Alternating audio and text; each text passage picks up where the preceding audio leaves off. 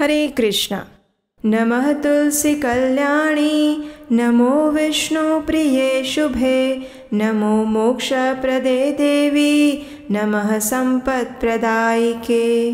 मैं उन तुलसी देवी को प्रणाम करता हूँ जो कि जगत का कल्याण करने वाली है, जो भगवान विष्णु की प्रिया है, जो मोक्ष प्रदान करने वाली है और जो हर प्रकार की संपदा प्रदान करती है। तुलसी महारानी भगवान श्री कृष्ण की शुद्ध भक्त और सबसे प्रिय है। जब भी कोई जीव गोलोक वृंदावन में प्रवेश प्राप्त करता है तो सबसे पहले श्रीमती वृंदा देवी तुलसी महारानी ही उसे राधा रानी और श्री कृष्ण के पास लेकर जाती है। श्रीमती तुलसी देवी आध्यात्मिक जगत में हमें भगवान श्री कृष्ण की सेवा प्रदान करती है और इस भौतिक जगत में वे हमें भगवान के शुद्ध भक्ति प्रदान करती है, जिससे कि हम आध्यात्मिक जगत में जा सकें। तो ऐसे ही परम पावनी श्रीमती तुलसी महारानी के जीवन और महात्म्य की कथा का श्रवण हम कर रहे हैं। तुलसी विवाह के उपलक्ष्य में सुनाई जा रही इस कथा के पिछले अध्याय में हमने देखा कि वास्तव में तुलसी देवी का जन्म किस प्रकार हुआ और वो किस प्रकार घोर तपस्या द्वारा ब्रह्मा जी को प्रसन्न करती है। जब ब्रह्मा जी उनकी तपस्या से प्रसन्न होकर प्रकट होते हैं तो वे उन्हें वरदान मांगने के लिए कहते हैं। इसके उत्तर में तुलसी देवी भगवान नारायण को पति रूप में प्राप्त करने की अपनी इच्छा व्यक्त करती है, लेकिन ब्रह्मा जी उन्हें कहते हैं कि इस जन्म में सबसे पहले उन्हें श्री कृष्ण के ही अंश रूप सुदामा सखा, जो कि इस समय पृथ्वी पर शंखचूड़ असुर बनकर समुद्र में रह रहा है, उससे विवाह करना होगा। भगवान की लीला के अनुसार कुछ समय पश्चात वे भगवान नारायण को अपने पति रूप में प्राप्त कर पाएंगी। अब ब्रह्मा जी की ये बात सुनकर तुलसी देवी प्रसन्न तो हो जाती है, लेकिन अभी भी उनके मन में कुछ संशय है, इसलिए वे ब्रह्मा जी से कहती हैं,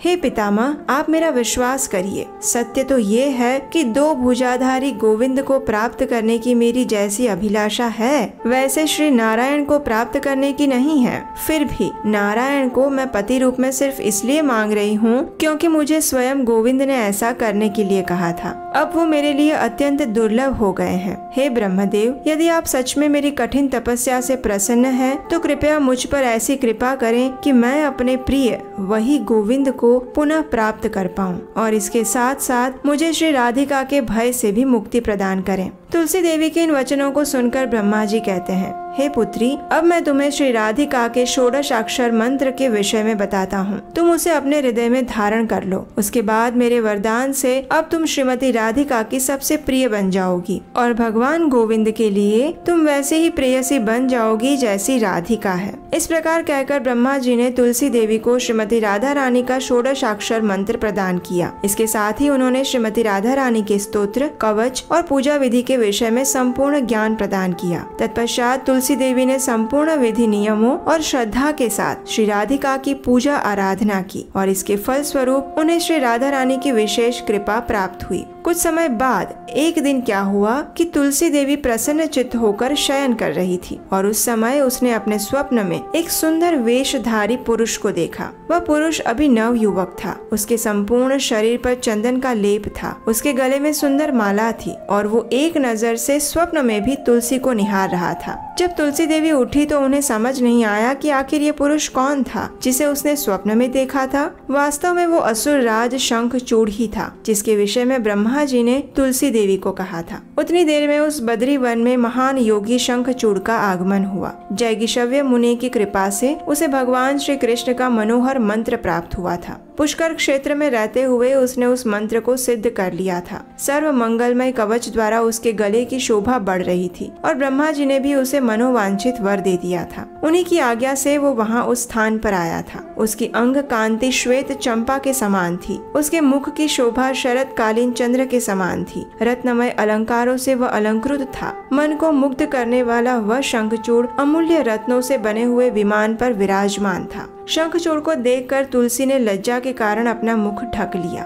उसकी सुंदरता भी अद्वितीय थी। वह मनोहर त्रिवली से संपन्न थी। उसके दिव्य शरीर से शोभा पाने वाली उस सुंदरी को देखकर शंखचूड़ उसके पास आकर बैठ गया और मधुर वचन से उसे कहने लगा, हे देवी, तुम कौन हो? तुम्हारे पिता कौन है? तुम अवश्य ही सभी स्त्रियों में धन्यवाद और समादर की पात्र हो। हे समस्त मंगल प्रदान करने वाली कल्याणी, वास्तव में तुम कौन हो? कृपया अपना परिचय दो। शंखचूड़ के वचन सुनकर तुलसी देवी ने कहा, हे भद्र पुरुष, मैं राजा धर्मध्वज की कन्या हूँ। तपस्या करने के विचार से मैं इस तपोवन में ठहरी हूँ। लेकिन तुम कौन हो और किस प्रयोजन से यहाँ आए हो? कोई भी कुलीन पुरुष इस प्रकार उच्च कुल की किसी भी अकेली साध्वी कन्या के साथ एकांत में बातचीत नहीं करता। इसके उत्तर में शंखचूड़ ने कहा, हे देवी, तुमने जो कहा है, सत और असत का विचार करने वाले कुलीन पुरुष निर्जन, निर्जल अथवा एकांत स्थान में किसी पर स्त्री से कुछ भी नहीं पूछते। ये वचन सत्य है। परंतु हे शोभने, मैं तो इस समय ब्रह्मा जी की आज्ञा से यहाँ आया हूँ और गंधर्व विवाह की विधि अनुसार तुम्हारी आज्ञा से तुमसे विवाह करना चाहता हूँ। देवताओं को परास्त करने वाला शंखचूड़